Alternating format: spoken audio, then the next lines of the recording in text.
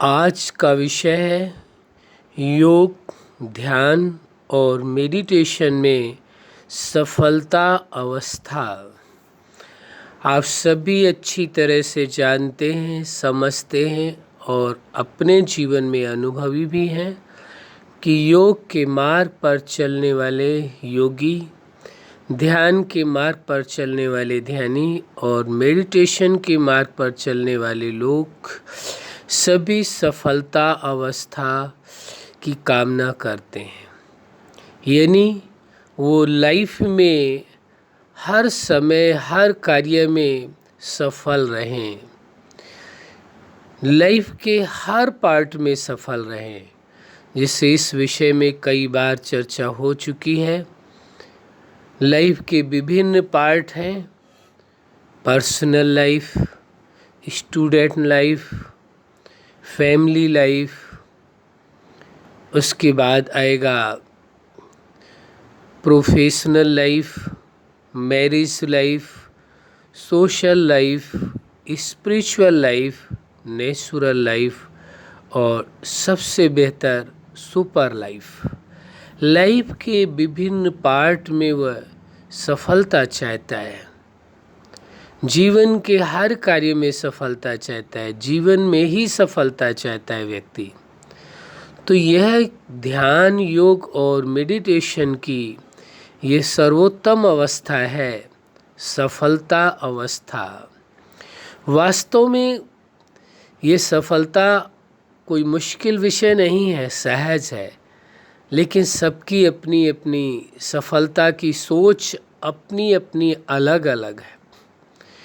जीवन के एक पार्ट में सफल होने से व्यक्ति सफल नहीं माना जा सकता है, ये बात ध्यान रखना आवश्यक है। जो लाइफ के सभी पार्ट में सफल है वही वास्तव में सफल है। आज दुनिया में क्या है, लोग समझते हैं यदि प्रोफेशनल लाइफ में वो सफल है तो समझते ये व्यक्ति सफल है। लेकिन पर्सनल लाइफ में यदि उसको टेंशन है, किसी प्रकार की मुश्किलें हैं और उनकी वजह से वो यदि सफल नहीं है तो हो सकता है किसी की दृष्टि में सफल हो।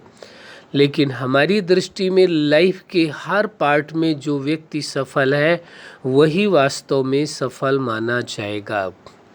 और लाइफ के हर पार्ट में सफल होने के लिए उस लाइफ को मैनेज करना आना आवश्यक है। किस प्रकार से मैनेज करना चाहिए, उसकी आर्ट बहुत ज़रूरी है।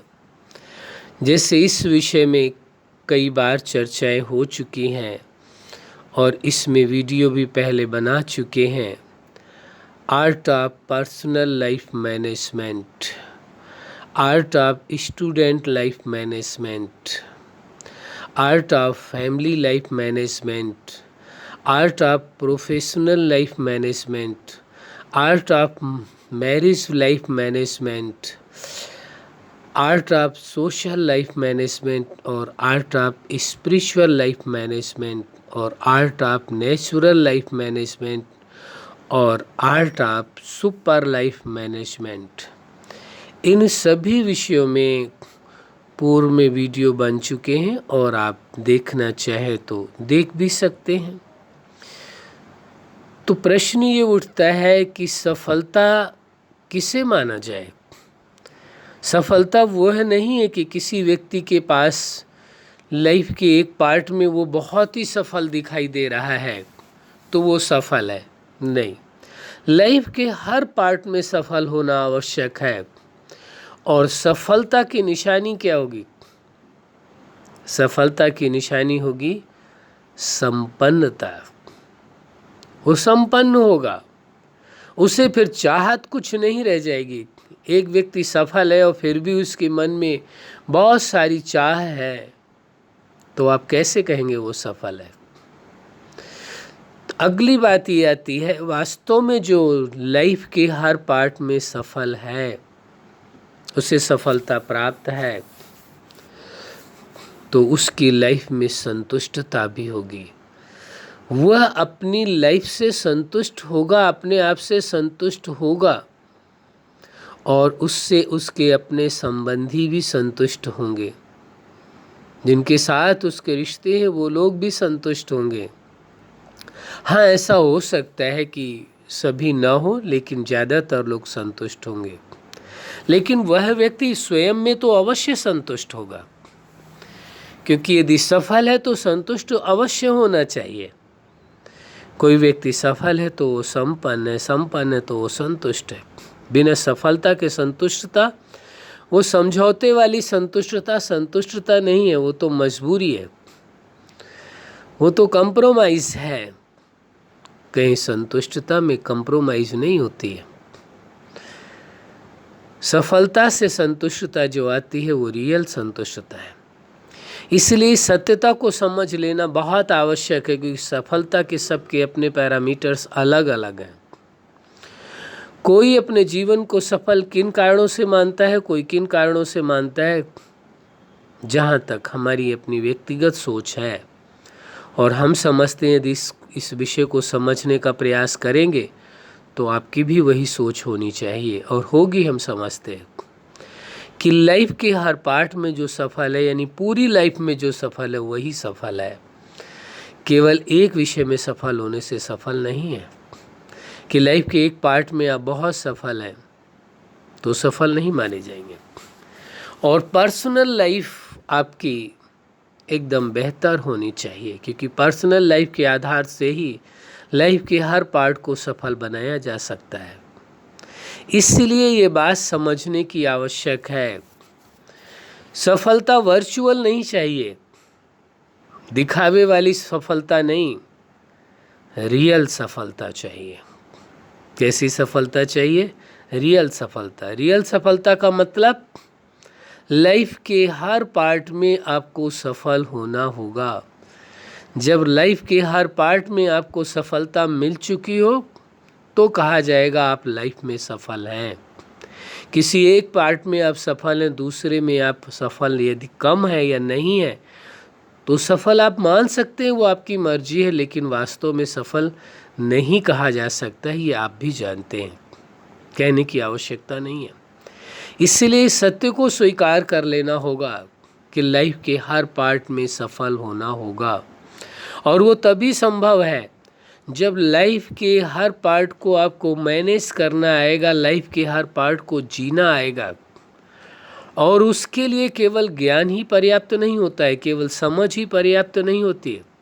उसके लिए योग, ध्यान और मेडिटेशन, या और जो आप नाम देना चाहें, या जो और किसी नाम से आप मन को उस सुप्रीम सत्ता के साथ केंद्रित करते हो, वो भी स्वीकार कर सकते, वो आपकी मर्जी है, व्यक्तिगत विषय है आपका।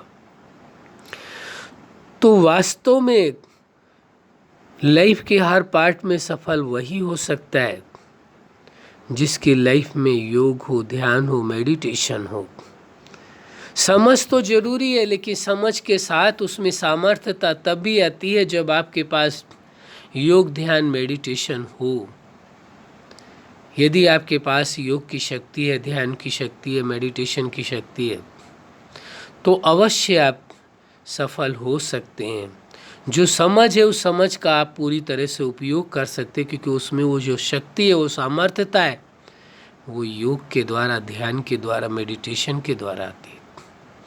तो सफलता का आधार केवल समझ ही नहीं है, सफलता का आधार उसका मन का योग है। मन उसका कहाँ जुड़ा हुआ है, उसकी बुद्धि कहाँ टिकी हुई है, कहाँ स्थिर है, इस पर निर्भर करता है सफलता और असफलता। इसलिए आप अच्छी तरह से इस विषय को समझ लीजिए। सफलता अवस्था हर योगी चाहता है, हर ध्यान मार्ग पर चलने वाला व्यक्ति चाहता है, हर मेडिटेशन करने वाला व्यक्ति चाहता है, या जो नहीं भी करता है वो भी यही चाहता है। दुनिया में कोई ऐसा नहीं है जो ये चाहता हो मैं सफल ना हूँ। हर व्यक्ति सफलता चाहता है, लेकिन सफलता के सभी के मायने अपने अलग अलग हैं। कोई किसी बात में सफल मानता है, कई बार तो भ्रमवश लोग सफलता उसे भी मानते हैं, किसी दूसरे को असफल करने में अपने आप को सफल मान लेते हैं।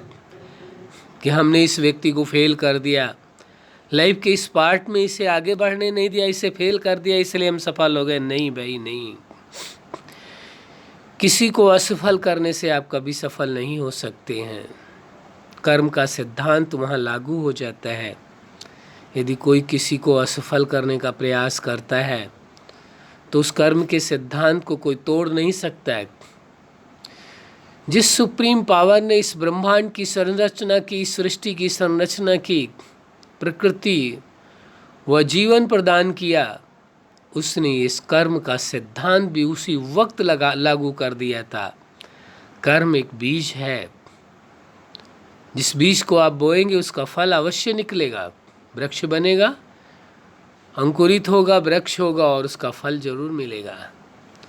ऐसे कर्म के फल को कोई भी नकार नहीं सकता है। हाँ, वो आपकी मर्जी है, वो नकार दें वो अलग विषय है, लेकिन कर्म के फल का सिद्धांत उस सृष्टा ने, या कहें उस सुप्रीम सत्ता ने इस ब्रह्मांड की संरचना करते ही स्थापित कर दिया था, ताकि ये सिद्धांत के अनुसार ये सृष्टि और ये ब्रह्मांड अपने आप चलता रहे। तो इस सत्य को समझने की आवश्यकता है। सफलता का आधार आपका क्या होना चाहिए? समझ तो है ही, समझ के बिना सफलता नहीं है। सफलता का आधार समझ है, और समझ आपकी पूरी तरह से कार्य करे, इसके लिए ध्यान, योग और मेडिटेशन या और कुछ चीज़ें जो आप मानते हैं, प्रार्थना मानते हैं और जो कुछ आप करते हैं, यानी सुप्रीम सत्ता से आप कनेक्ट होते हैं, किसी भी तरीके से होते हैं। भक्ति योग द्वारा होते हैं, ध्यान योग द्वारा, ज्ञान योग द्वारा, किसी भी तरह से होते हैं। सभी मायने रखते हैं, सभी का महत्व है, सभी का सेम प्रभाव है, बराबर महत्व है। ऐसा नहीं है कि कोई कम ज़्यादा है। कोई भी तरीका हो, किसी भी तरीके से आप उस सुप्रीम सत्ता से कनेक्ट होते हैं, वो सभी वही मायने रखते हैं, उतना ही महत्वपूर्ण है, कोई कम नहीं है। केवल समझ की आवश्यकता है, स्वीकार करने की आवश्यकता है। तो सफलता की अवस्था को स्वीकार कर लेना होगा। कौन सी अवस्था को? सफलता की अवस्था को स्वीकार करना होगा कि उस सुप्रीम सत्ता से कनेक्ट होने के कारण सफलता आपका अधिकार हो चुका है। सफलता अवश्य आपको मिलेगी, इसलिए स्वीकार कर लीजिए। उस सिद्धांत को स्मृति में लाइए, जो संकल्प का स्वरूप होना। ये सिद्धांत आपने संकल्प किया कि सफलता की अवस्था का अनुभव करना है।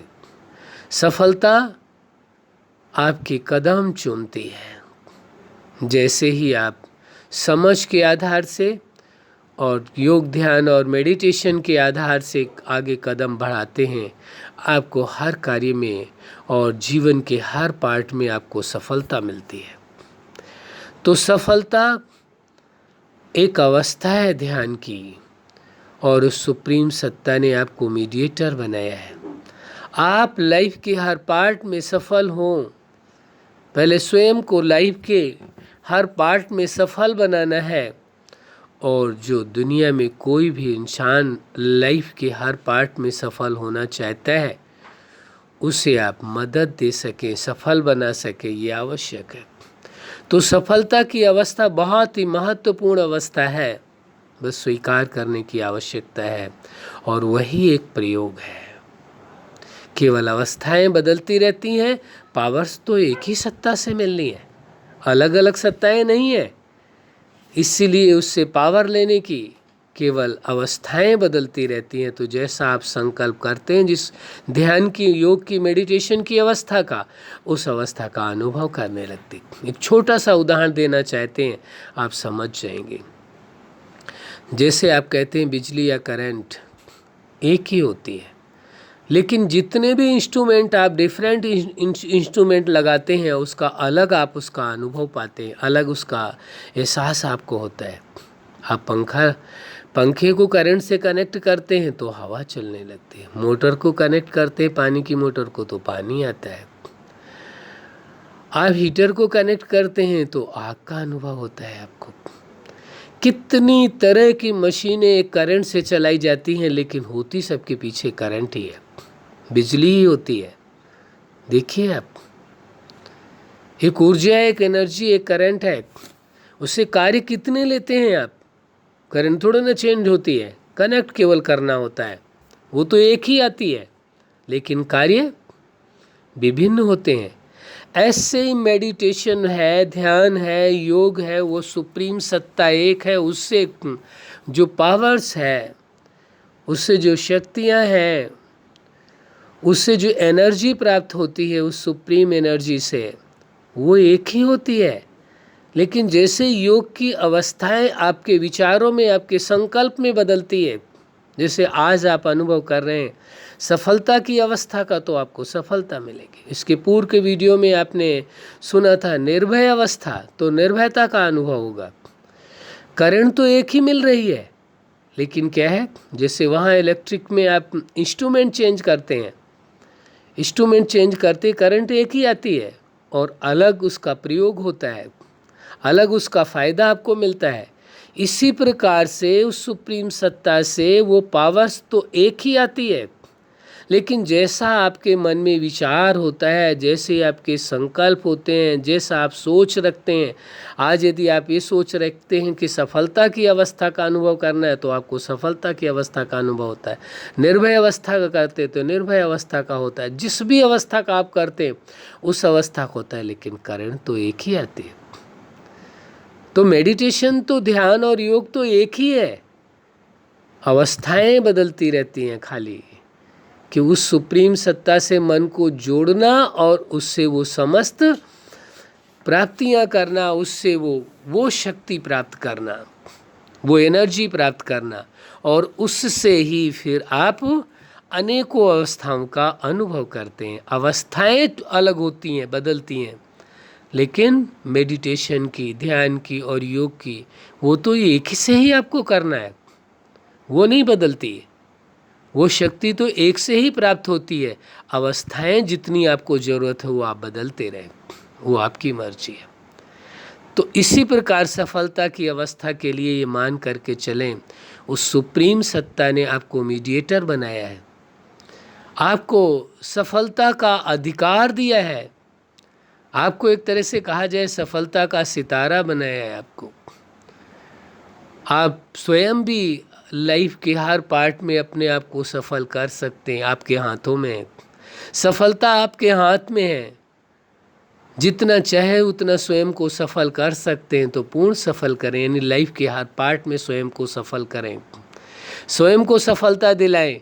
और जो भी कोई लाइफ में सफल होना चाहे उसे भी आप सपोर्ट करें, लेकिन तभी संभव है जब कोई सफल होना चाहे। यदि कोई सफल नहीं होना चाहता, आप कोई किसी को सफलता दिला नहीं सकता है। इसी प्रकार से इस सत्य को स्वीकार कर लीजिए कि जो स्वयं सफल होना चाहता है, केवल उसी को सफलता मिल सकती है। यदि कोई कहे कि मुझे सफल नहीं होना है, उसे कोई सफलता नहीं दिला सकता। तो स्वयं ही स्वयं को आप सफलता दिला सकते, इसलिए सफलता की अवस्था का ये वर्णन किया जा रहा है। समझने की आवश्यकता है, सारा समझ का खेल है। और जैसे ही मन को आप उस सुप्रीम सत्ता के साथ जोड़ते हैं, वो सामर्थ्यता आपके अंदर आ जाती है और लाइफ के हर पार्ट में आप सफल हो जाते हैं। सफलता के सबके अपने मायने, सबके अपने अपने मायने हैं, सबने अपने अलग अलग मायने बना रखे हैं, लेकिन वास्तव में सबके एक ही मायने है, वो ये है लाइफ के हर पार्ट में सफल होना। जो लाइफ के हर पार्ट में सफल है वही वास्तव में सफल है। सफल वो नहीं है जिसके पास बहुत कुछ है, सफल वो है जो किसी से कभी तुलना नहीं करता, अपनी कंपैरिजन किसी के साथ नहीं करता कि नहीं, हाँ तुलना करके देख रहा है कि हाँ इसके समान है या नहीं है। सफलता सभी के लिए अलग अलग है, सबके मायने अलग अलग है सफलता के। जीवन के हर पार्ट में आप सफल हैं, तभी सफल माने जाएंगे। तो ये सफलता की अवस्था आपके लिए बहुत महत्वपूर्ण है, केवल स्वीकार करने की आवश्यकता है कि आप सफलता की अवस्था में हैं। आपको सफलता एक अधिकार के रूप में प्राप्त है। उस सुप्रीम सत्ता ने आपको सफलता का अधिकार दिया है, इसलिए आप सफल थे, सफल है और सदा सफल रहेंगे। कोई आपको फेल नहीं कर सकता। यदि आप सफलता की अवस्था में रहते, यदि आप सफल होना चाहते हैं तो कोई फेल नहीं कर सकता। यदि आप चाहते ही नहीं है तो कोई सफलता आपको दिला भी नहीं सकता है। इस सत्य को पूरी तरह से स्वीकार करने की आवश्यकता है और ये सारा का सारा विषय मनोवैज्ञानिक है।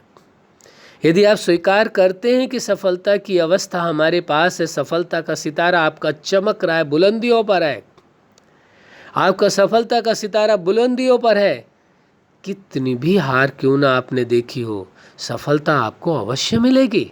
जो आप चाहते हैं सब कुछ आपको प्राप्त होगा, लेकिन बस ये ध्यान रखने की आवश्यकता है, लाइफ के हर पार्ट में सफलता चाहिए आपको, किसी एक ही पार्ट में नहीं, हर पार्ट में सफलता चाहिए, तभी आप लाइफ में सफल माने जाएंगे, वरना लाइफ के एक पार्ट में सफल माने जाएंगे।